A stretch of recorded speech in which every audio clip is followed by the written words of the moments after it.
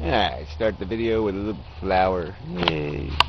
Anyway, okay, response video to Fred. I was going to think about this video before I made it, but then I said, nah, that would be breaking tradition. Sort of. Yeah. Yeah, the whole communication thing, this whole YouTube thing, beyond it as a medium for communication and all that stuff, it does have this power of person, you know, it does get inside of you. The people get inside of you.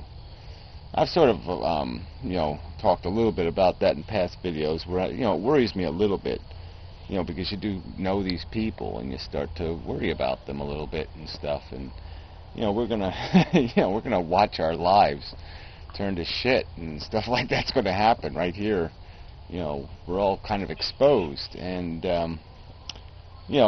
some people will, I guess, like a wild animal, when things get bad, they'll wander off, to die.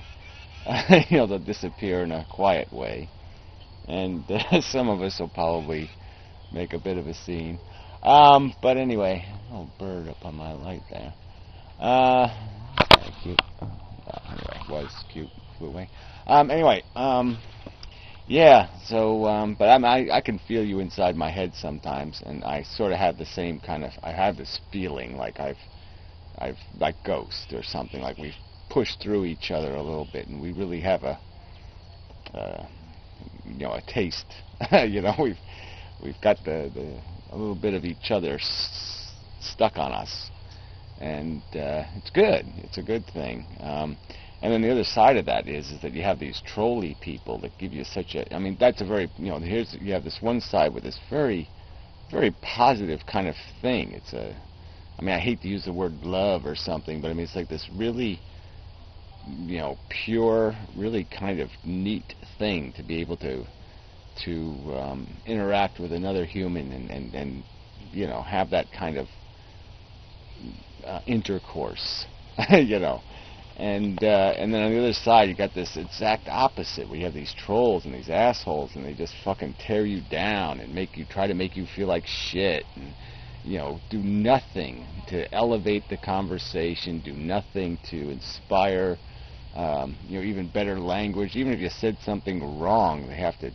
They're so, sledgehammer asshole about it that they just destroy any possibility of wanting to spend even the tiniest bit of energy to correct the problem or to fix the problem or to work on it or to argue through it or to do anything. They just destroy all incentive to live. I mean, they're just horrible people, and it's just funny how that interaction is, that conflict, that contradiction in terms of what goes on. Yeah, I knew he was going to interrupt. That's what he's good at. Yes, that's one of your best things, is interrupting things. Yes, it is. What the hell you got on your side here? That'll be a tick, a monster. Surgery. I know, but something's in your skin, and I have to pull it out. If you didn't get stuff on you, then I wouldn't have to do the work. Okay, I think I got it. Anyway, and such. So anyway, yeah, but it really is interesting when you're filming yourself. I mean, I got a little camera in the window over there, for the background stuff.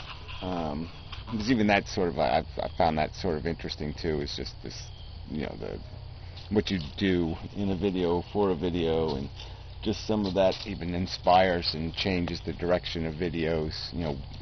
You've talked about that, where your location is, how common it is. If it's uncommon, then there's all these distractions, and and then I would add mood is such a big part of it too. One from week to week, your brain is in a different place, and you're going to make a completely different video from day to day. Even some days I just won't have the energy to fight with somebody, so yeah, it'll be a less. What the hell was that beep? Oh, you stepped on my thing here. Thanks, Cat. I was using that to figure out how much time I had left. Thank you very much for ruining it. Alright, anyway. what else is there? Yeah, the cat is, doing this cat thing.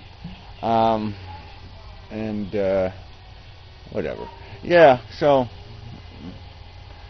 yeah, I guess I'm not saying anything profound here, so somebody will complain, oh, this video was stupid and a waste of time and blah blah blah, and they'll say something snarky and stupid and just make you feel like shit for no good reason whatsoever. And so that's fine.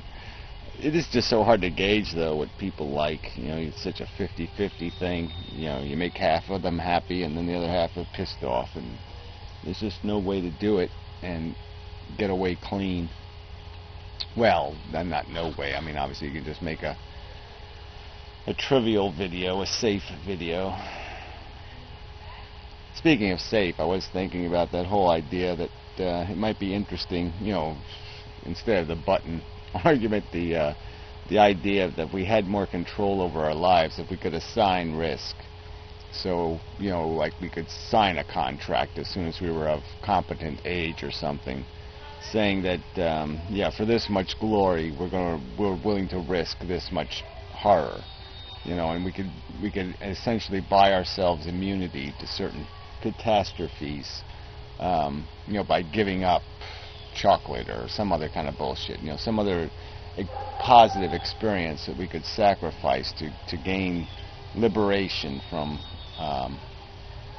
this risk that we're all exposed to. The fact that, right now there could be some little nasty growing inside my head, or some, my liver or whatever, and that we're all vulnerable to this crap of how it's going to hit us, how we're going to get stepped on by nature. And it would be kind of nice if we could reveal what we're really after, by having a real game, a real Las Vegas style.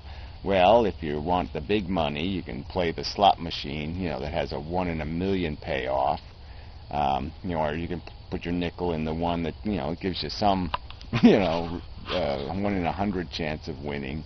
So it's so we could balance our risk to reward, and we all weren't stuck playing the high stakes games, and could play we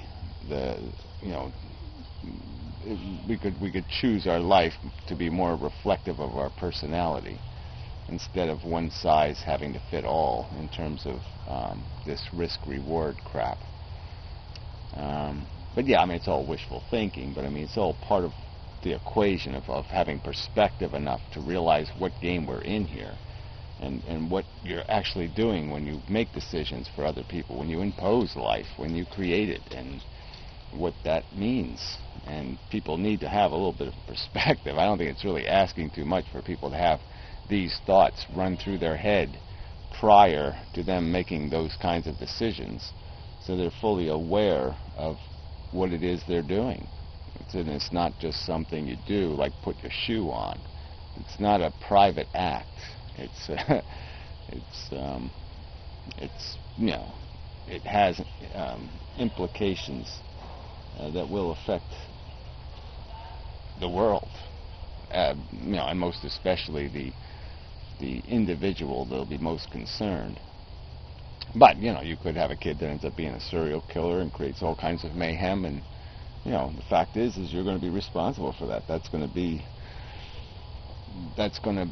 when you have to justify in the end, when your life has to be defended and justified. That's going to be something you're going to have to explain. There's been a couple of movies like that. I really like that idea of people being obligated after death to justify their life, justify the decisions, and make an accounting and demonstrate that it was worth, that the messes you made were worth the fixes you created, or something like that. Kind of like a Christmas Carol kind of idea, where you get to see the past and the present and the future and put it all together and try to figure out whether you can make something that's valuable out of that slop. So anyway, this is enough of a video now. The cat stepped in my timer, I'm sure. I think we're done. So anyway, and I had a nice cigarette, and it was nice seeing you again, and such. And yep, Gotta get ready for that Francie thing. I'm thinking, but I don't. It's just so hard to deal with this idea of making sense artistically is a little tricky, because without without $1 million budget, it's kind of hard to do art good enough. To really say something in art, it takes a little bit of work to do it well. And yeah, I'm lazy. I'm poor. But anyway, I'm thinking on it. Anyway, till next time, and such and so forth. Camera moving.